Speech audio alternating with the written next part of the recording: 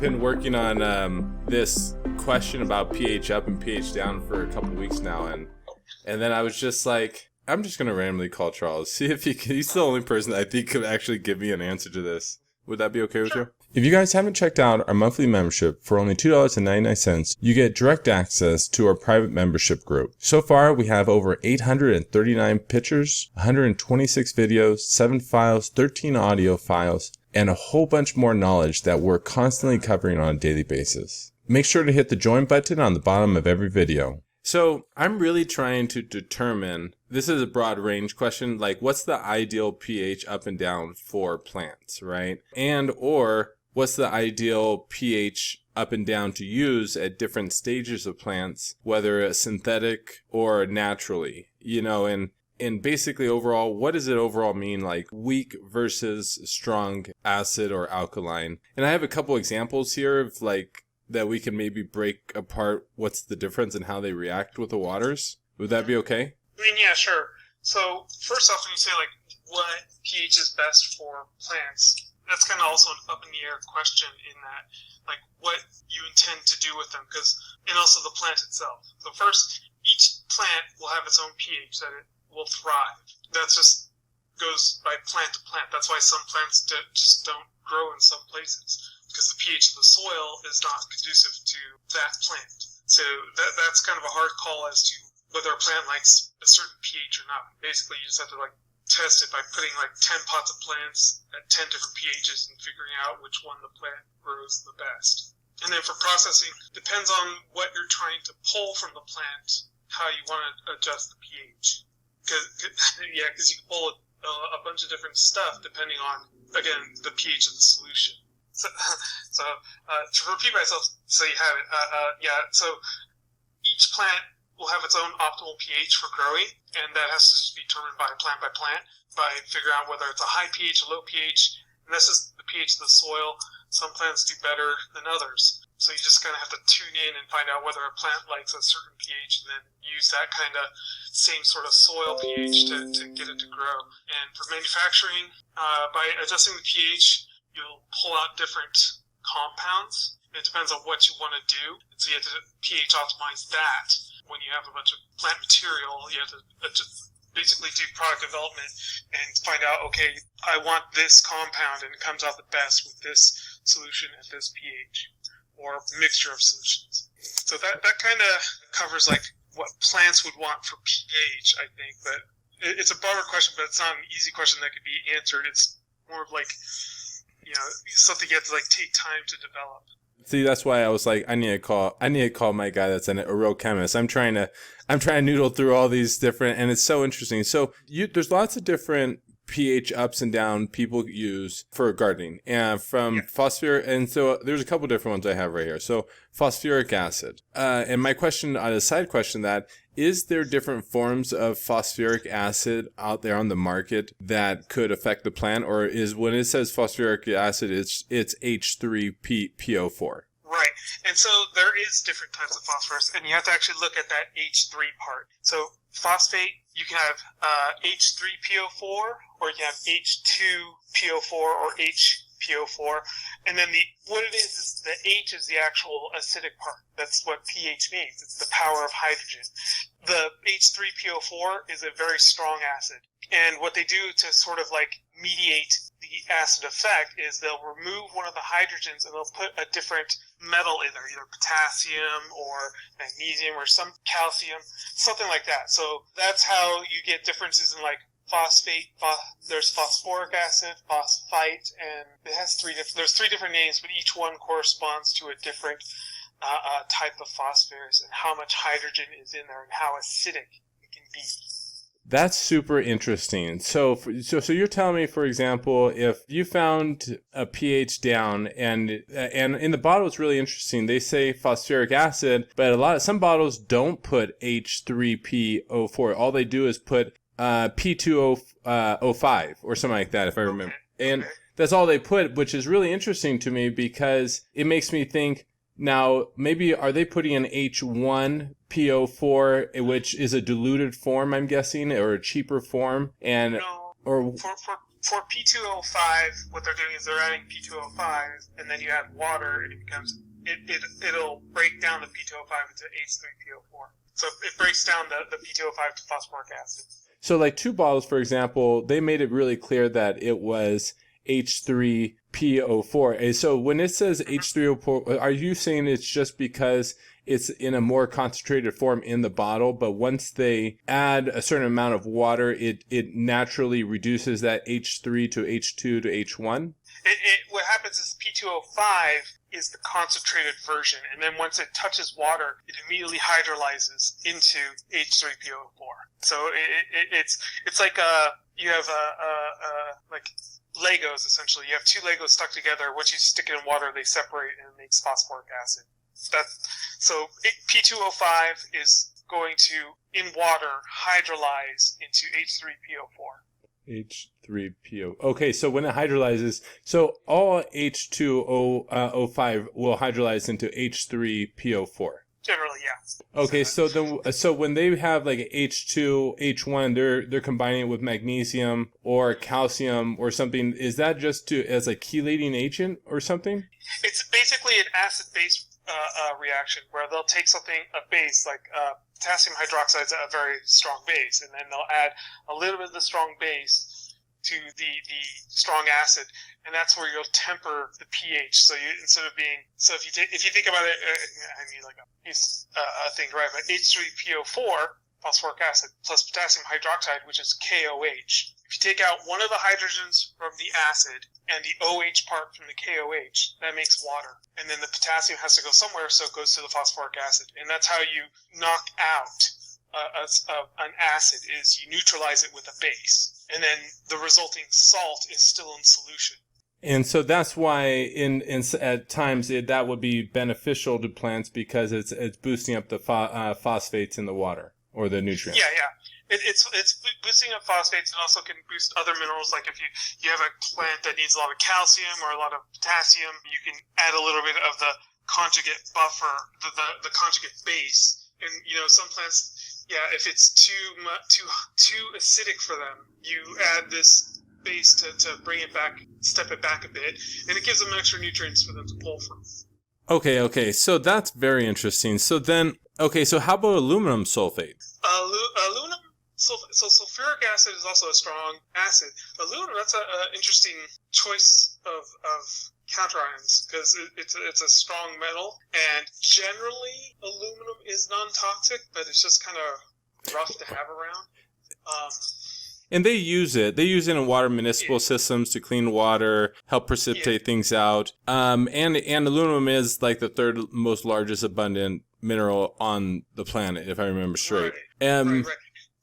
Do you have any idea why and I've read multiple times over the years that it helps balance the pH at times, and in drops of balance, it also is a mineral in there that I know that it helps. Well, I've always related the sulfur as reducing the pH in the drops of balance, but in the past, how does it affect the pH though? Because I keep always reading different things around how aluminum sulfate can lower or stabilize the pH or something. Right. So it could do a couple things. First, so when you have a very strong acid, so going back to the phosphoric acid example, H3PO4 is a super strong acid. It's a very, very strong acid. But for every strong acid, its conjugate base is actually kind of weak. So if you take away all of those hydrogens and you put something else there, like a potassium or calcium or an aluminum, that base, the aluminum phosphate, is actually a weak base. So that makes sense. Now, what you have here is aluminum sulfate, which is a weak base of sulfuric acid. And that's how you're adding sulfuric acid, and if you have another a stronger acid in there, it's buffering the system. Got it. That's how it's kind of working. Yeah. Also, some other things is like with sulfate, certain combinations of metals with sulfur will actually cause it to fall out of solution and precipitate. And if it's not in solution, it's not playing a role. And that's how it can like pull. Yeah, how they use it in water treatments to pull scums out. And same with aluminum. Certain combinations of aluminum with other salt will pull it out. and precipitate out. And we're talking about basically one mineral being left behind and the other mineral being released. And because it's being released, it's doing something else. And then because the other one's being released, it has another function of that part because now they're two separate minerals. Right, and that's what they use for like water softeners too. It trades one ion for another, and it's actually it's off balance because I think aluminum's like a +3 versus like a potassium or a calcium is +1. So if you're swapping, you're going to swap 3 potassiums for 1 aluminum. You know, it's not an equivalent exchange, but it's an equivalent charge exchange, and that's how it does that. Wow. Okay. So I have 4 more pH downs, but I don't know how much more time I have with you, and I have 3 pH ups. Maybe let me ask maybe two more pH ups or downs, and then one more, and then I get into a couple pH ups. Okay. I love you, man. All right. So I've been working on this for a while, and I keep getting looped. And I'm like, how is the hydrogens being released? How are the these different being left behind? How are they being affected? And I have a different philosophy in my mind, but like I was like, okay, I need to talk to you before I try to release any information to the public. So because I do the grow consulting and the plants and all that stuff. Right. Okay, so citric acid. Just in general, citric acid. Citric acid's a weak acid. It's an organic acid, monocharged, and it is considered a GRAS, generally regarded as safe, which means its consumption is not going to hurt anything. It's non-toxic, or at least not in any. You have to get a level that's like a dump truck load before it becomes a problem. But that one is, like I said, it's an organic acid, so it's a lot weaker. It won't shift the pHs as much. You know, a drop of phosphoric acid is going to have a huge shift, whereas a drop of citric acid is not going to do much.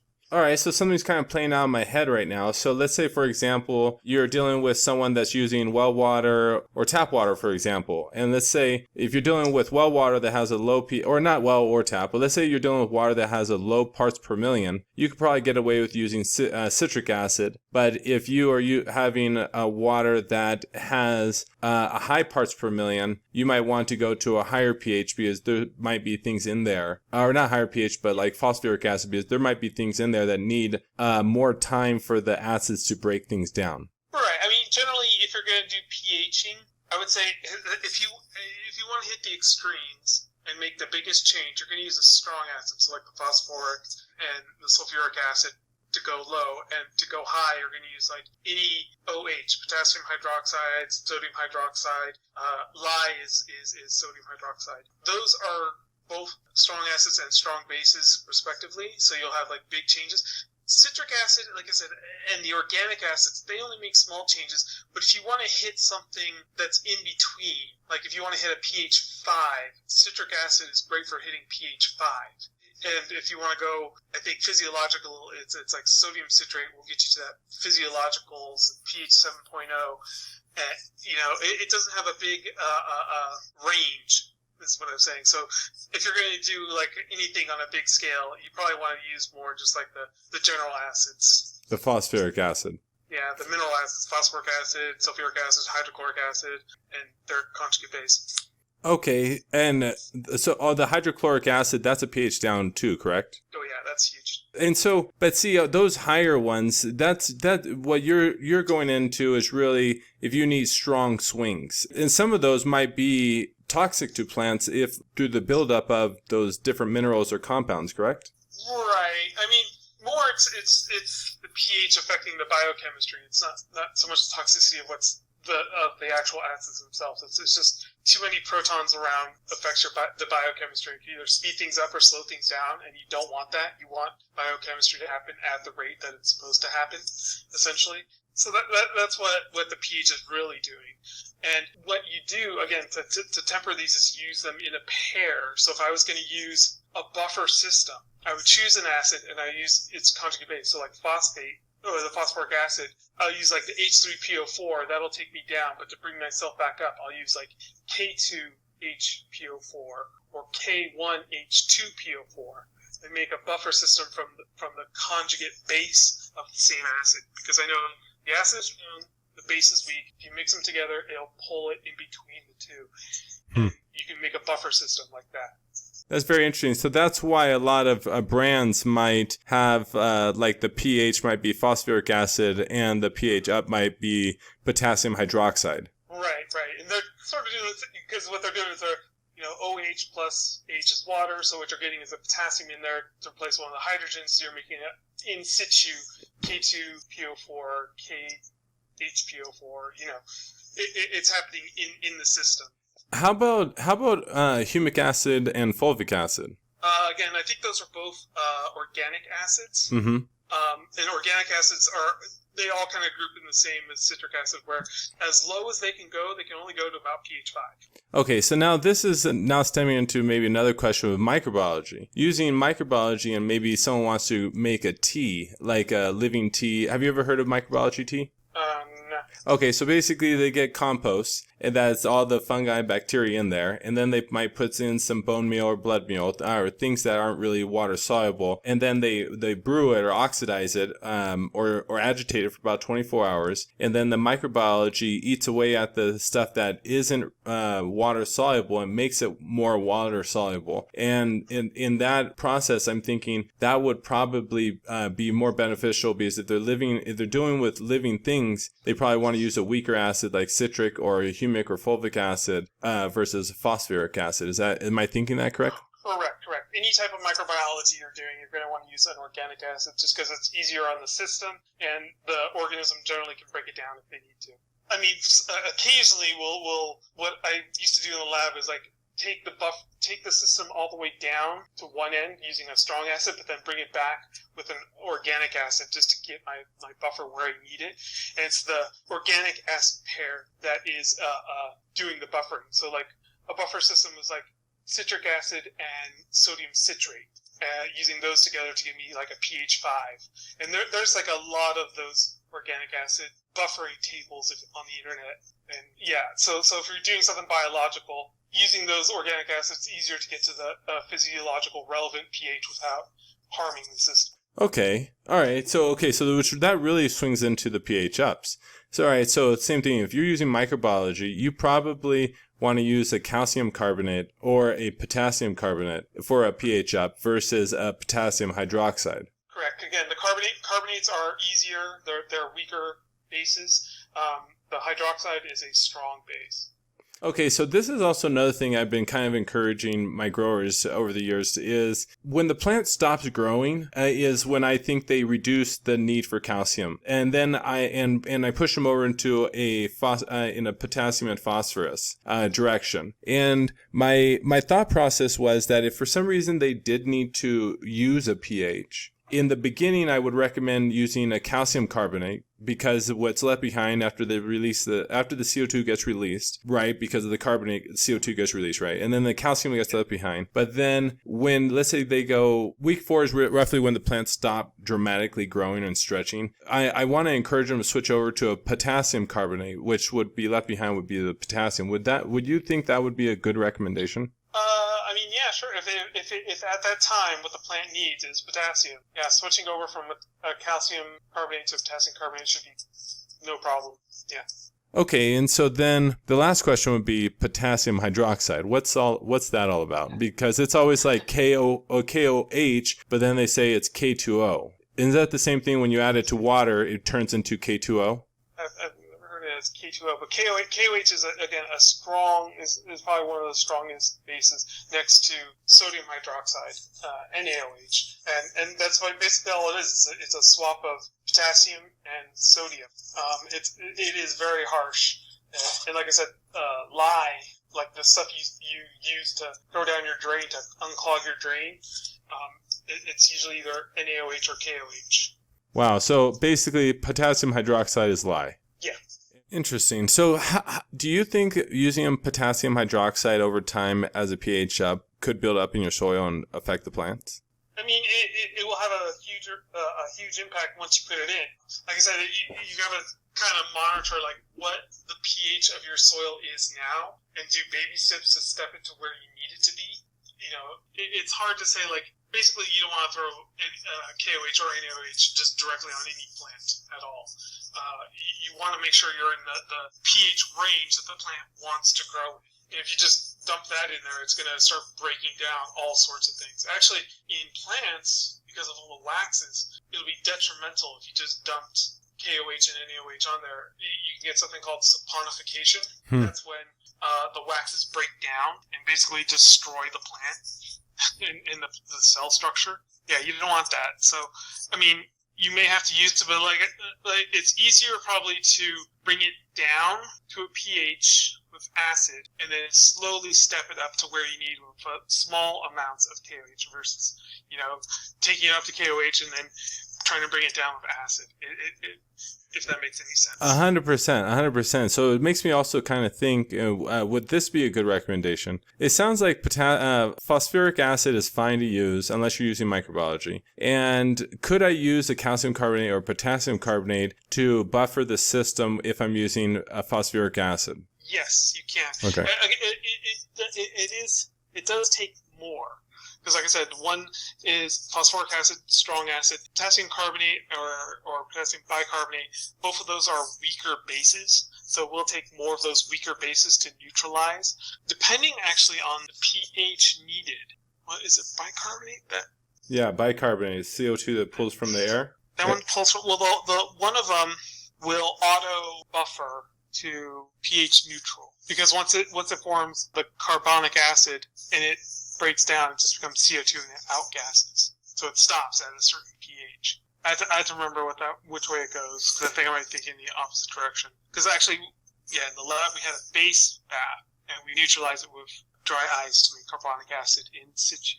That's very So it's a different thing. Well, that's very interesting, actually. And that kind of broke into one other question. May I ask that? And I won't take up any more of your time today. I promise. Okay, so when I'm using a RO system or like a reverse osmosis system, or I'm using a dehumidifier, so it's taking the water from the air. The water that normally comes out of that machine, and then if it sits, it normally increases the pH. And to my understanding, it pulls CO2 from the atmosphere. Although, if I agitate the water and really quickly, it will drop the pH. And I'm wondering, is that because it's oxidizing it with O2? It's not oxidizing, it's releasing the CO2. Is what it is. Oh, interesting. So you're telling me that it's not taking in oxygen. If you're agitating it, it's releasing the CO2, which increases the O2 and drops the pH. But then if you let it sit, the water will also absorb more CO2 from the atmosphere? Mm-hmm. Well, the thing people don't understand is like water, a lot of liquids will absorb the gases around them, and oxygen, yeah, it's nasty, but it causes oxidation. Nitrogen doesn't do much, but carbon dioxide does have an impact when it touches water that it actually converts to an acid and can start doing some chemistry. So that's why you're getting pH differences on like standing water versus like agitated water. Very interesting. So what have you found that how high of a parts per million does water need to be before it creates enough of a buffer to not be so sensitive to the atmospheric conditions? I mean, the thing is, water is the solvent for everything and for chemistry. So, I mean, it's basically how well you can detect. By tracking your numbers, over time. Yeah. Okay, so just add a little bit, see if it changes the pH. Add a little bit, give it. Okay, interesting. All right, I won't take up any of your time. Oh, did you get the minerals? Drops balance? I did. Okay, cool. When you run out, you let me know. I'm gonna send you another bottle. Cool, thanks. All right, brother. I appreciate you, man. Okay, Seriously. Yeah, no problem. Thank you.